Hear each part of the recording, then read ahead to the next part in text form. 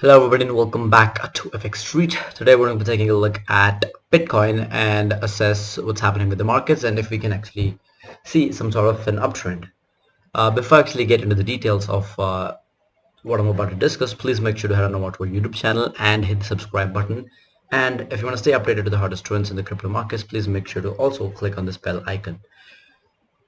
You can give us a follow on Twitter at FXSCrypto, and if you enjoy the stuff that I do, you can give me a follow at Mageka with a 0 at the end, where I post a Bitcoin update every single day on my YouTube channel.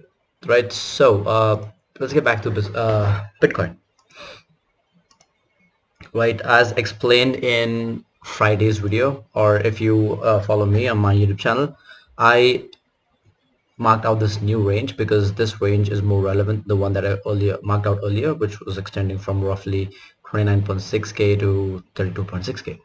Right, so the new range extends from 28.5 to 31.5.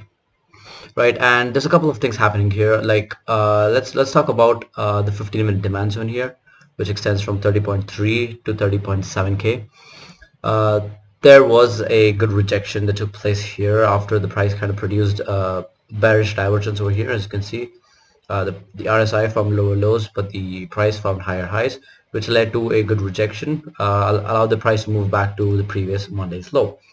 On top of that, yesterday was Monday, which the levels for which I've marked out here. The Monday's high was formed at 30.7k, and the Monday's low was formed at 28.8k.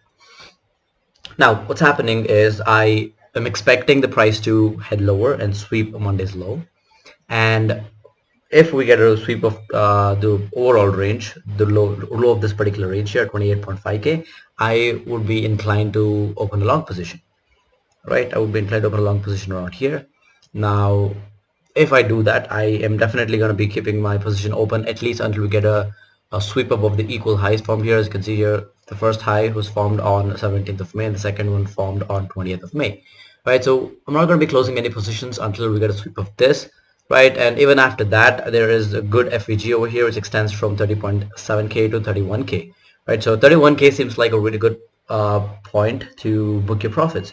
Right, that is me being extremely conservative. Right, and as you can see, the previous Monday's low was swept quite a few times, but the previous Monday's high was literally left untapped. Right, so there is a chance price could head all the way up to the previous Monday's high at 31.3k, right, which is a $300 difference from where we kind of plan to close our positions. Right, so yeah, these are the levels that you can close the targets at. The first one is at 30.7k, second one at 31k, and the third one at 31.5k.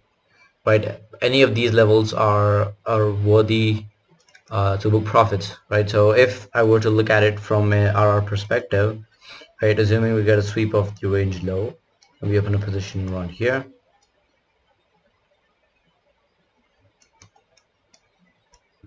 this would be a 10% upswing, and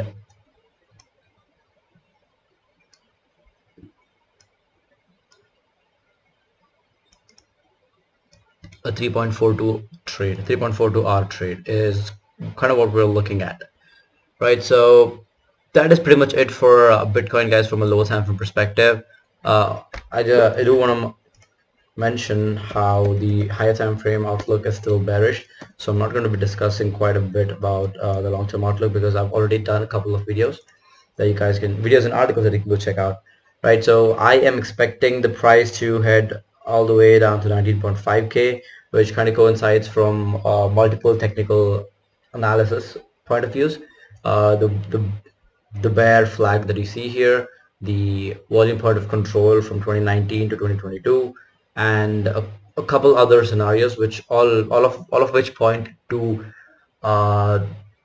19,500, which is going to be the absolute bottom for Bitcoin, which could be an absolute bottom for Bitcoin. I don't want to say anything is certain for sure. So yeah, that is pretty much it for today's analysis of Bitcoin. If you enjoyed this session, please make sure to like, comment, and subscribe.